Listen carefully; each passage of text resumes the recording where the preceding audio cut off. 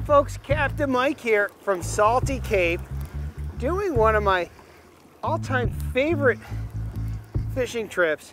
It's cod fishing here east of Chatham here on Cape Cod. It's mid-September, and well, every year I feel like the cod regulations are a little different in Massachusetts. Oh, JB's hooked up with a nice fish. Well, this year cod season started on September 1st, and here we are out east jigging codfish.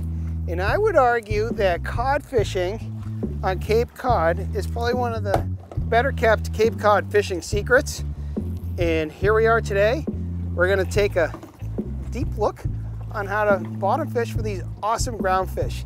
Now, I like cod fishing enough just to come out here specifically to do this, but it's also a great plan B if you're out here tuna fishing, because all the great cod fishing is where all the great tuna fishing is, and you can use your same gear that you are jigging and casting a tuna, throw on the right jig, the right teaser rig, and you're good to go.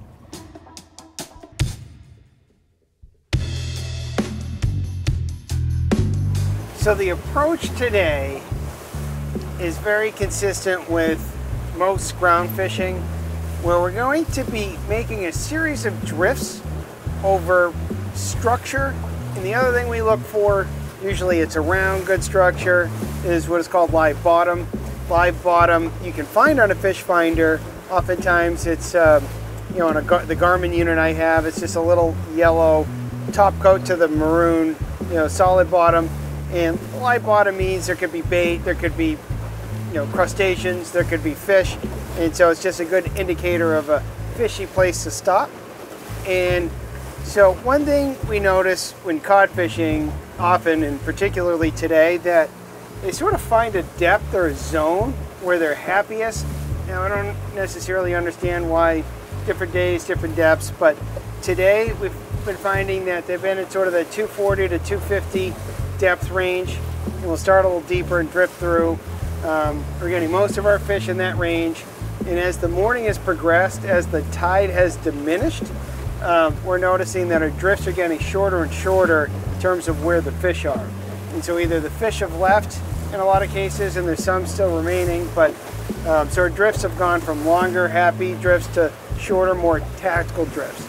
So we're on a series of contour lines. We just picked up to move in 235 feet. And we're gonna idle back in over the third contour line up to about 250 feet of water. Once we get to that spot, we're gonna putt around.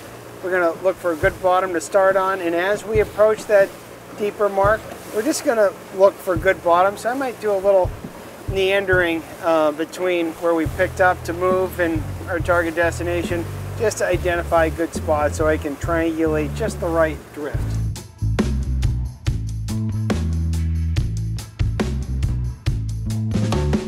Right when we went over that good patch of bottom, just fishing that jig very slow, twitching on the bottom, boom. Now this is fall cod fishing at its finest. Looking for live bottom, sending the big jigs down. No bait, clean boat, good eating fish, boom. Color, and it's a brown bomber. Came in on the jig. +1 for the Albicrack Sand Eel Jig. Neglected the teasers, went for the teaser assist. And stow the jig here for a minute and get this beautiful cod on ice.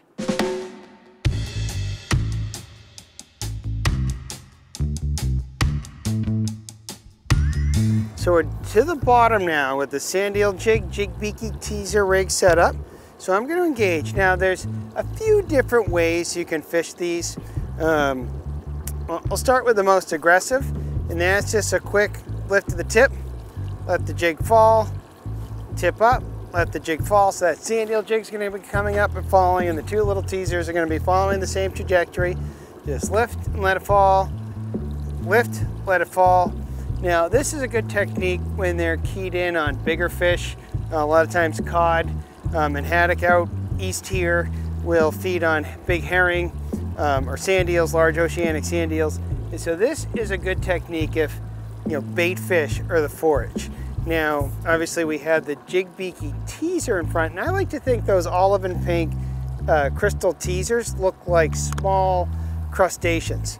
And I was inspired by a lot of the fish I've cleaned that have caught cod fishing. Just so many times I've seen those little crabs in their bellies. And so if you think that's the forage, small forage on the bottom, I'll just send the jig right down and let the sand eel jig lay on the floor and just bounce as I drift. I'll just hold the rod, waiting for a tap, tap, tap, almost like I'm fishing with bait, but I'm not. I just have the Biki teasers. Now, we're in deeper water. We're in about 250 feet of water today, and we're drifting pretty quickly, so periodically I need to pay out line to hold bottom, and I'll just let that jig sit on the bottom, and we're drifting, so it's skipping. As that sand eel jig skips, those teasers are going to be, bouncing down on the trajectory of the drift. So it's not like they're not getting any action. But if you think about it, if you're trying to imitate crabs or crustaceans on the bottom, big aggressive movement's going to look far less natural than just the jig bouncing on the bottom, imparting that little twitching action in the teasers. So all the good fish today have come just by letting that jig sort of skip on the bottom. Every once in a while, I'll just lift it and let it drop, just to give it a little life, see where I'm at relative to the bottom, pay it back out, and just wait. Now, I like to look at the fish finder. I like to look for good bottom.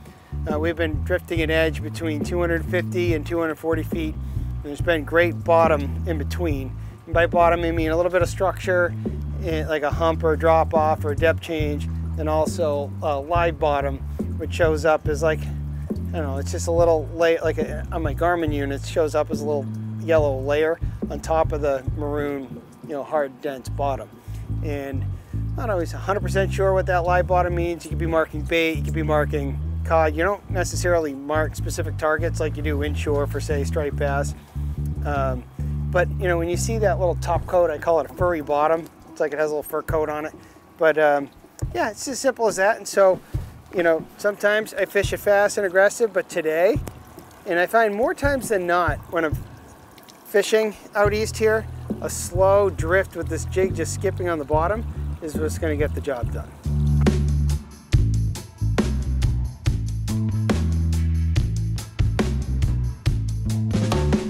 I'm officially kicking my friend JB's ass. He's been stubborn using his heavy tuna line, tuna outfit, threatening to go up to a non-Hogy 32-ounce jig to compensate for his heavy line, where this whole time I've had an extra Hogy Hybrid rod with the standard issue 60-pound test braid, and I've just been tonguing fish left and right, so I'm happy to see that JB switching over to the bright side here. It's a good fish. Yeah, it is a very good fish. He hit it hard, I saw it. It's a nice fish, color, lots of color. Good fish. Now that's what we're here for, ladies and gentlemen. Thank you, John. Grab the jig. I got the jig. I got him. Yeah, I don't know how to gauge weight on this guy, but definitely in the teens. A beautiful fish. Again, coming in on the teaser, I'm convinced these fish are keyed in on baby crabs, as they often, in this spot, they often do when I clean the fish. I find lots of small pinkish olive crabs, which inspired the Hogy Jig Biki teasers quite literally on this very spot. Got the heavy sand eel jig to thump him and call him in. So he's going straight in the icebox.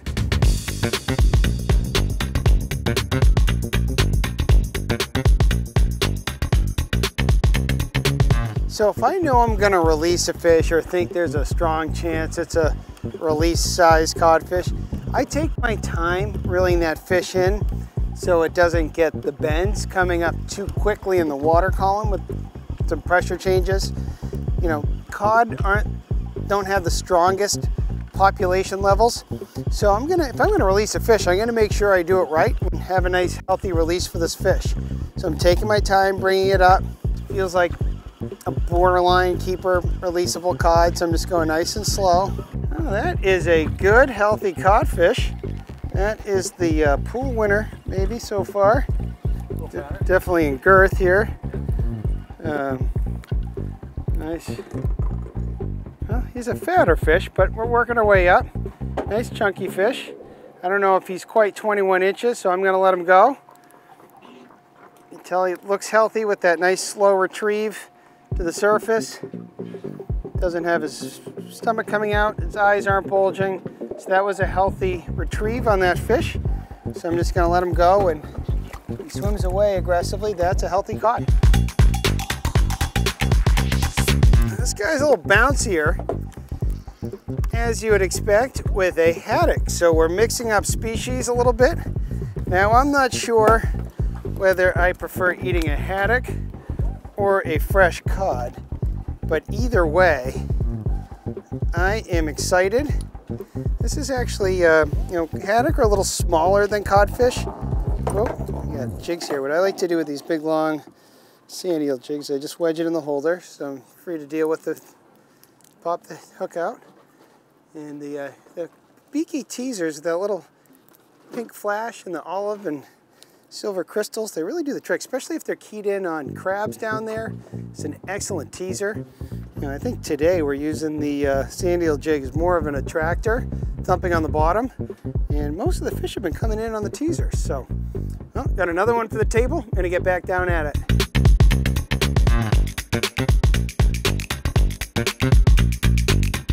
So this guy feels like a nice fish. Starting to get color. Now, pretty cool. Now, one thing I love about ground fishing out east here is you just never know where you're going to catch. Today we've got a cod, haddock, a couple smaller fish, but this is our first cusk. And that's pretty cool. These are very good eating fish. And this guy, he's perfect eating size. And this is going to make a couple of really nice meaty fillets. This is a really great eating fish. Really strong. Well, super excited. We got a nice variety. Great way to wrap up. We've got cod, haddock, and now cusk. Well, it's about noon time. We're going to try to beat that afternoon wind here in the Sounds as we come back from east to Chatham. It's time to hit the road. Great way to end the day.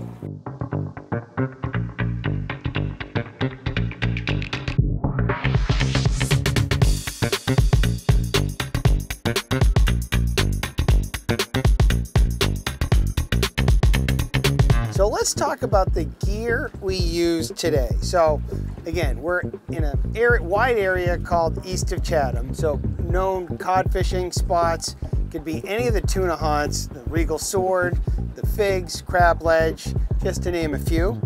And so I just want to mention a couple of outfits here. Here I'm holding is my standard issue, it's our Hogy System tuna jigging rod. Now we're using 16-ounce jigs for ground fishing for cod and a haddock and whatever else may come up. So it's perfectly appropriate to use your tuna jigging and casting gear like we had mixed in with some of the outfits today, and which makes it very efficient as a plan B fishing alternative. Say you're out here and the tuna fishing isn't what you were hoping it to be, but you have all the tuna gear. These are even the same jigs. You would vertical jig for tuna in these same waters, so add a rig and you're good to go. So you're always able to use your jig and pop tuna gear for ground fishing out here, and it's rigged to the same rig that I have with my Hogy Hybrid outfit. Now, given the choice, I would prefer a smaller, lighter outfit like this, just easier to use. We're ground fishing all day, it's a little lighter, and I'm gonna fatigue. It'll take longer before my arms get tired. Now, this is the same outfit I've used in all kinds of shoots. I catch tuna with this. I've had some great tog shoots, fluke shoots, sea bass, other cod shoots. So this is just a great multi-purpose rod. You'll see how short it is. I always have a couple of these stowed in my head. It's on the console. So it's always a good alternative for ground fishing with this outfit. Now, one thing I will mention is I have 60-pound test braid on this outfit. My tuna gears, often I have heavier 80 or 100-pound braid, or in some cases, like my jigging outfits, hollow core. So this 60-pound test braid is going to be much easier to hold bottom.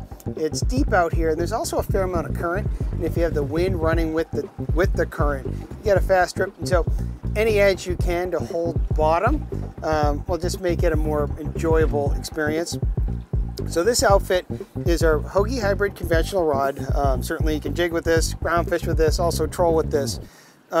Here I have it set up for vertical jigging, and so it's the same Avid LX6. It's a neat little reel. It's a 2-speed, so if I do get a big fish, if I have a young angler on board, you can put it in low gear, you can just crank away. And very high 6-to-1 gear ratio, so when you do need to check your bait or repoint your rig, you can get the bait up very quickly. And it's a very soft, very parabolic rod. I'm sure you can see better on the footage throughout today. It's got a nice, soft, happy bend to the rod, which again makes it enjoyable to use, but it's also, you're going to lose fewer fish than a stiffer tuna rod, because cod tend to bounce up and down as they come up, and that's a very easy action for them to spit the hook. So a softer, more flexible rod's going to cushion and shock that bouncy nature they have as they come up in the trajectory. So you'll lose fewer fish with a softer rod like this. Now, in terms of the rigs and the lure we're using, I pretty much, if I'm ground fishing, I'm always going to have what we call the Hogy Jig Biki Rig. Now, they just come in one configuration, and that's the olive and pink teaser rig. I like to think they look like small crustaceans down here. These are specifically designed for ground fishing. We make a number of hook sizes. They range from 1.0 all the way up. This is the 8.0 version, which I like for cod fishing out this way. And you know, they're very fishy, very stout, very well-built rigs. And one rig will last you a very long time. So I always keep a few packages of these Jig Biki rigs. You know, I just throw a couple on my leaning post. So if I am out tuna fishing, again, oftentimes we're jigging with these, you know, heavy sand eel jigs. They range, you know, they go all the way up to 16 ounces, which is what we're using today. And so let's talk about the jig. Now here's the Hogy Sand Eel Jig. You'll notice that we use a teaser Biki style assist hook, which matches the Biki rig system. It's the same materials we use on our Jig Biki rig. So it's a nice, consistent system. And so one thing I've noticed over the years is a lot of small crabs and small crustaceans and small little bait fish in their bellies. And I think a lot of times when we're fishing out here, I'm almost using the sand eel jig as a sinker, if you will, or an attractor to get down on the bottom. The knife style shape of the sand eel jig is going to get down to the bottom quickly. But with the jig just sort of bouncing on the bottom, you have those teasers fluttering just above. And it just, over the years of fishing with these rigs, I can't imagine a fishier system than these. I'm very happy with it. As you can see today, we had a very successful trip. And so, like all things Hogy, are fish smart, fish simple. This rig really embodies that system. It's simple sand eel jigs that you're going to be using for other species, including tuna, in these same waters. Similar gear, a couple little Biki rigs on board. You have a complete system ready to go for an epic day of ground fishing like we had today.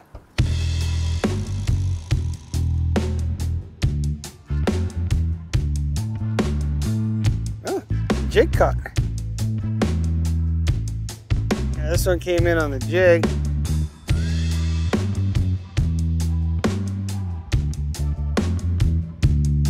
So let's talk about size and colors here. So let's start with the jig. So today we were in deeper water, 250 feet, a lot of current, wind with the current. So we needed the 16-ounce jigs to get down. But as far as ground fishing for cod, you know, at least here on Cape Cod, you know, I view fishing east in deeper water, say anything over 240 feet, you know, that's like a 12 to 16-ounce jig for me.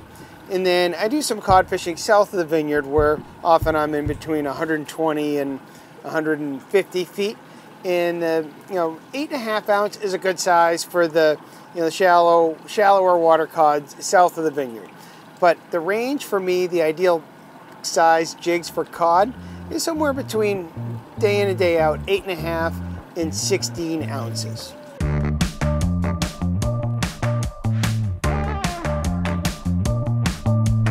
So let's talk about colors. So today we were using both the albicrack and the olive color sand eel jig. Now, you know, we make just a handful of colors in the sand eel jigs. Like we like to say at Hogy, we make lures that catch fish, not fishermen. So we just carry the basic colors. Now, any lure color can get broken down into attractors or imitators. So obviously the olive is an imitator sand eel pattern. It's a sand eel jig. So day in and day out, I probably use the olive color sand eel jig the most out of them all. And then other times, you know, where you have the pink or the green, or well, in today's case, the albicrack, it makes a good attractor color. So today, my fellow angler, JB, and I, he was using, or started out with the olive sand eel jig, and I had the albicrack sand eel jig. Now, we caught fish on both jigs, but it was funny. Most of the fish today were coming in on the teaser, so I almost feel like today, the jigs themselves were more of a vessel to get the Biki rigs down, but certainly they're creating a lot of commotion, and we did catch a few fish on the sand eel jigs. So what I like to do when I'm out, I make sure I have one attractor color and one imitator color, and I'm good to go with my anglers on the boat. So let's talk about sizing for the Jig Biki rigs, the teaser rigs we're using. So I carry two sizes. Today I was using the 8.0 because we were in deeper water targeting larger cod. So the 8.0 is great because you're going to cull some of the smaller fish. And you know, if you're going to release fish in deeper water, you know, you want to bring them up slow, but a great way to make sure they stay healthy is to not catch them at all. So I was using the 8.0 to help cull some of the smaller fish. So I use the 8.0 when I'm in, you know, 200 plus feet of water. Now the 5.0 is a great size. You know, I typically use them here in my home court here in Cape Cod, south of the vineyard, when I'm fishing in places like Cox's Ledge or the Fingers, you know, a little closer in, a little shallower, so, you know, depths ranging from say 120 to 180 feet typically. That's when I use the 5.0 size, because there are some large sea bass, sometimes some tautog, you know, mixed in with the cod, so that smaller size will help increase your catch for, you know, fish that you are indeed targeting. So for that reason, I carry both the 8.0 and the 5.0 with me on every jigging trip.